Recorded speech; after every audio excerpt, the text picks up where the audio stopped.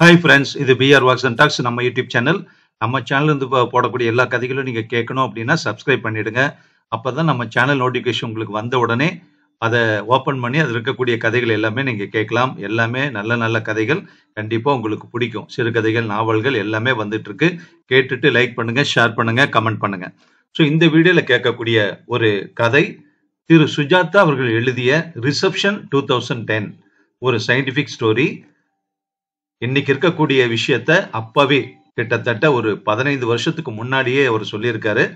அது என்ன அப்படிங்கறத கதை கேட்டு தெரிஞ்சுக்கலாம்.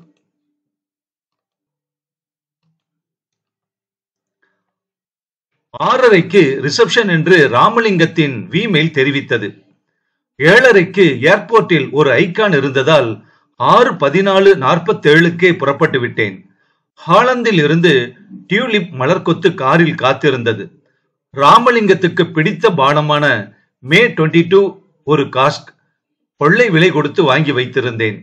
கல்யாணத்துக்கு பொருந்தாத பரிசு பொருளோ என்று யோசித்தேன். வேறு என்ன கொடுப்பது? எல்லா புத்தகங்களும் வலையில் உள்ளன. ராஜேஸ்வரி அருகில் பார்க்கிங் இருப்பதாக GPS சொன்னது. மாடி எண்ணை பைக் கணினி மனப்பாடம் செய்து கொண்டதற்கு அறிகுறியாக பீப்பியது. லிப்டில் இறங்கி கல்யாண மண்டபத்தில் நுழையும் போது அருணா வெட்ஸ் ராமலிங்கம் என்று பாலிமர் எழுத்துக்கள் பொருத்தி கொண்டிருந்தார்கள். சீக்கிரம் வந்துவிட்டதால் மெல்ல நடந்தேன். மணமக்களின் மேடை காலியாக இருந்தது. ஆர்கெஸ்ட்ரா சுருதி பார்த்து கொண்டிருந்தார்கள். ரிசப்ஷன் பெண்கள் நீல ரோஜா மலர்களையும் லோ கேலரி கல்கண்டையும் தட்டில் அமைத்துக் கொண்டிருந்தார்கள். அதில் ஒருத்தி குஜராத்தி உடையில் சூப்பராக இருந்தாள். பழக்க தோஷத்தில், நீங்க ராமலிங்கத்துக்கு உறவா என்று கேட்டேன். இல்லைங்க, நாங்க கண்ட்ரோல்ல டைனமிக்ஸ் ஆஸ்டர்ஸ்ங்க. போச்சுடா, ரோபோட். இப்போதெல்லாம் மனிதர்களுக்கும் இயந்திரங்களுக்கும் வேறுபாடு இல்லை. கண்ணக்குழி கூட அப்படியே செய்கிறார்கள். குறித்து பார்த்தால்தான் தெரியும். ஒரு மாதிரி லூஃபாயில் வாசனை வரும். அந்த பெண் கழுக்கென்று சிரித்தாள்.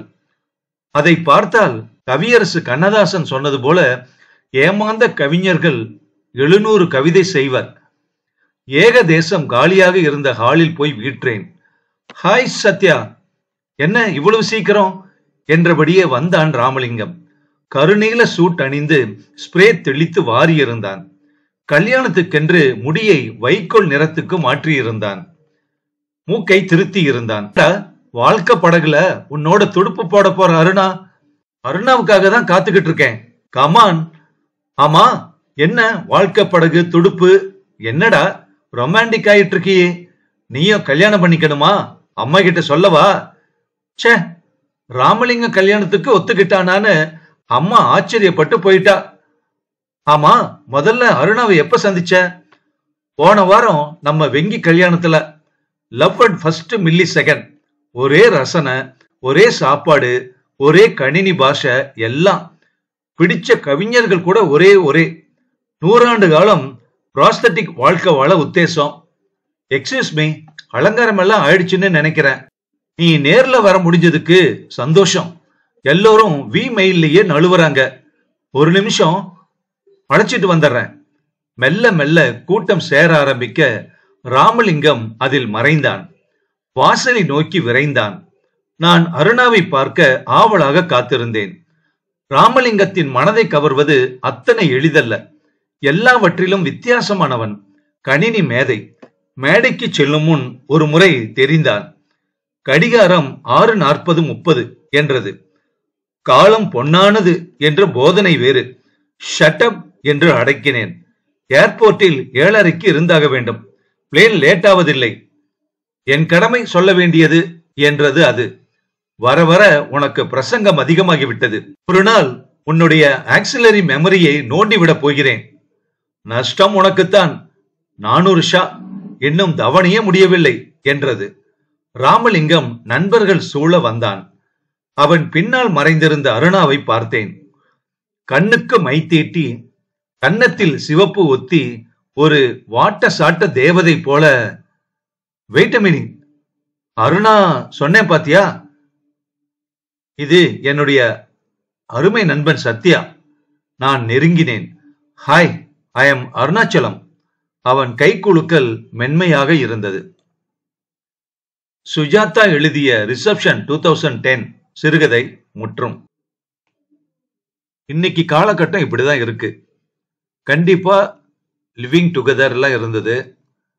அது எப்பவும் போல ஆண் பெண்ணோட சம்பந்தப்பட்டதாக இருந்தது. அதுக்கப்புறம் ஆணும் பெண்ணும் பெண்ணும் இருக்கிற மாதிரியான ஒரு சூழ்நிலை வர ஆரம்பிச்சது, இல்ல வந்துகிட்டு இருக்கு. அதே நேரத்துல ஆணும் திருமணம் செய்யக்கூடிய பல விஷயங்களை மீடியா மூலமா நாம கேட்கிறோம். எந்த அளவுக்கு அது நிஜம், எந்த அளவுக்கு பொய்ன்னு தெரியல. நான் ஒரு தனியார் தொலைக்காட்சியில ஒரு விவாத ரியல் ஷோல நான் கலந்துகிட்டேன். அதுல இது மாதிரியான ஒரு டாபிக் தான். இந்த விஷயத்துக்கு நான் எதிர்ப்பா அந்த இடத்துல சொன்னேன். ஆனா அது அங்கிருந்தவங்க மத்தியில அது ஏத்துக்கப்பட்டதான்னு தெரியல. ஆனா அதுக்கு சப்போர்ட் கிடைக்கல. சோ இன்னைக்கு இருக்கக்கூடிய இந்த விஷயத்த ஒரு கலாச்சார சீர்கேடா இல்ல என்ன அப்படிங்கறத மக்கள் தான் முடிவு பண்ணணும். நன்றி.